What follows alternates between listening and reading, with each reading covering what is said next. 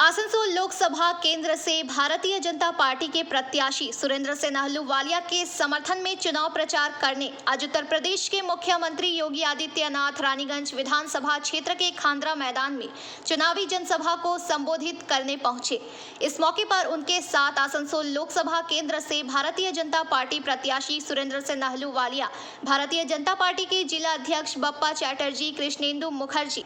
भाजपा राज्य कमेटी नेता व पूर्व मेयर जितेंद्र कुमार तिवारी, अरिजीत राय, डॉक्टर बीजन मुखर्जी, विधायक अजय पोद्दार, विधायक रखन घोरुई, सुनील टुडू, सभापति सिंह रामानंद पाठक और मंडल 3 के अध्यक्ष शंभू पासवान सहित इस क्षेत्र के तमाम भाजपा और नेता कार्यकर्ता उपस्थित थे। योगी आदित्यनाथ ने कहा कि जो बंगाल कभी धार्मिक नवजागरण की भूमि हुआ करता था, जहां पर धर्म का क्षेत्र हो या संस्कृति महापुरुषों ने जन्म लिया है, आज वहां पर ऐसी हालत हो गई है कि अगर कोई जय श्री राम बोलता है तो उस पर झूठा मामला दर्ज कर दिया जाता है, जय श्री राम पर प्रतिबंध लगाए जाते हैं। उन्होंने कहा कि बंगाल की धरती पर जन्म लेने वाले कृतिवास ओझा ने बांग्ला में रामायण की रचना की थी, लेकिन आज बंगाल में रामनवमी के जुलूस पर पत्थरबाजी की जाती है और ऐसे दंगाइयों को राज्य सरकार का संरक्षण मिलता है। योगी आदित्यनाथ ने कहा कि अगर इस तरह के दंगे उत्तर प्रदेश में किए गए होते तो वह दंगा करने वालों को उल्टा लटका कर सीधा कर देते, उनकी संपत्ति को कुर्क कर गरीबी में बांट दिया जाता है।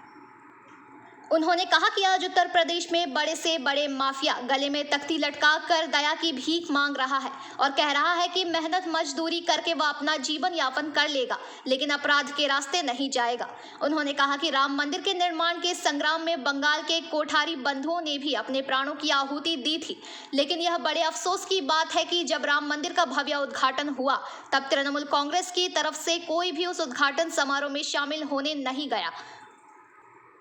उन्होंने कहा कि जिस बंगाल में मां दुर्गा, मां काली की पूजा की जाती है, वहां पर संदेश खाली जैसी घटनाएं होती है, जहां महिलाओं पर मातृशक्ति पर अवर्णनीय अत्याचार किए जाते हैं, लेकिन राज्य सरकार उन अत्याचारियों को बचाने की कोशिश करती है। योगी आदित्यनाथ ने सभा में उपस्थित लोगों से कहा कि अगर वह भी बंगाल को उत्तर प्रदेश की तरह दंगा मुक्त, भय मुक्त बनाना चाहते हैं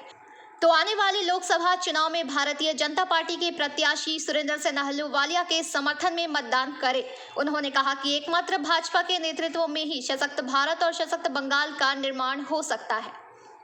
की भूमि से जगत जननी मां भगवती दुर्गा की इस पावन धरा को नमन करने के लिए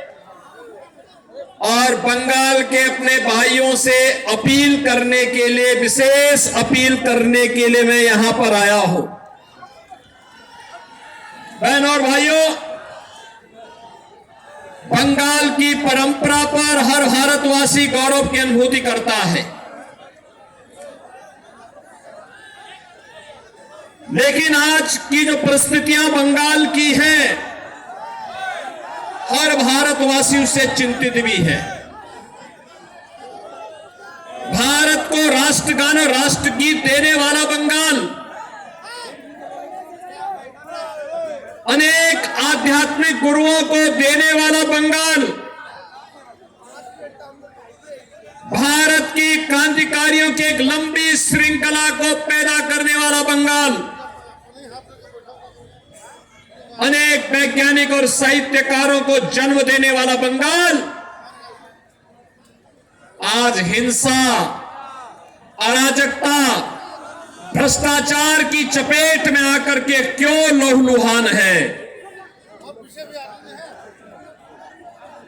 यह ज्वलंत प्रश्न पंचायत के लिए हम चुनाव कर रहे हैं, तब बंगाल के हर जनता जनार्दन के सामने, हर मतदाता के सामने यह प्रश्न स्वतः ही उठना चाहिए। याद करिए, यही बंगाल है भारत के नवजागरण का संघनाद करने वाला बंगाल, भारत की सांस्कृतिक जागरण का संघनाद करने वाला, भारत की आध्यात्मिक क्रांति का सूत्रधार, भारत के सन्यासी विद्रोह की आधारभूमि, देश के प्रथम स्वतंत्र समर की ज्वाला को आगे बढ़ाने वाला है बंगाल, और आज हिंसा की चपेट में है, अराजकता और भ्रष्टाचार से लहूलुहान है, अस्त व्यस्त है, त्रस्त है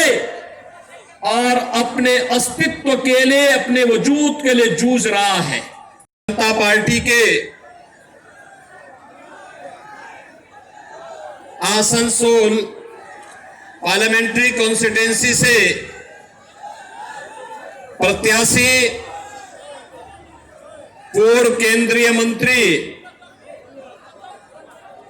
सम्मान्य श्री एस अहलूवालिया जी, जिलाध्यक्ष भारतीय जनता पार्टी से बप्पा चटर्जी जी,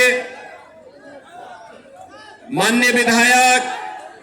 डॉक्टर अजय पोद्दार जी, श्री कृष्णेंदु मुखर्जी जी, जितेंद्र तिवारी जी,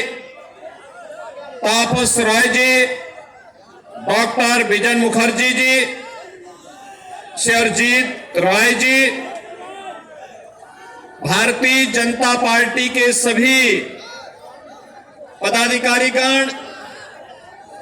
आसनसोल की इस प्रतिष्ठित पार्लियामेंट्री कॉन्स्टिट्यूंसी से जुड़े हुए सभी उपस्थित मेरे बहनों और भाइयों, आज मैं प्रभु श्री राम। अंडाल से मंथन पासवान की रिपोर्ट, पीवीटीवी न्यूज।